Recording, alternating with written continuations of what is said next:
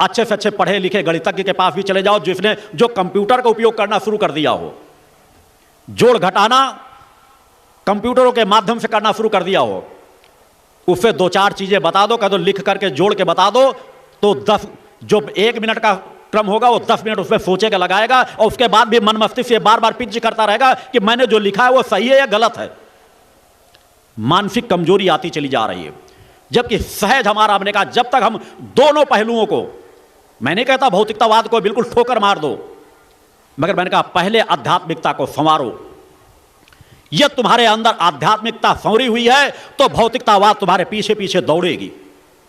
और अगर तुम भौतिकतावाद के पीछे पीछे दौड़ने लग गए तो एक न एक दिन तुम्हारे अंदर अपाहिजता आ जाएगी, और अपाहिज मनुष्य जीवन में कभी भी कुछ नहीं कर सकता। अतः अपनी चेतना शक्ति को प्रभावक बनाओ। अपने मस्तिष्क पर जो सुपर कंप्यूटर है इसे नष्ट मत होने दो।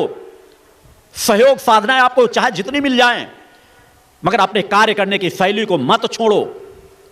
एकदम यंत्रों पर, मशीनों पर मत आश्रित हो जाओ। अपनी शारीरिक क्षमता को बढ़ाने का प्रयास करो। आप किस विकास के पथ पर जा रहे हैं?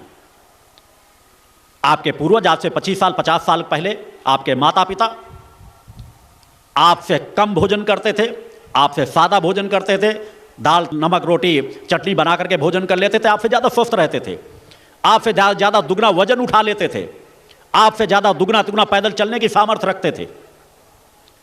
तो भौतिकतावाद आपकी सामर्थ्य बढ़ा रहा है या सामर्थ्य को घटा रहा है?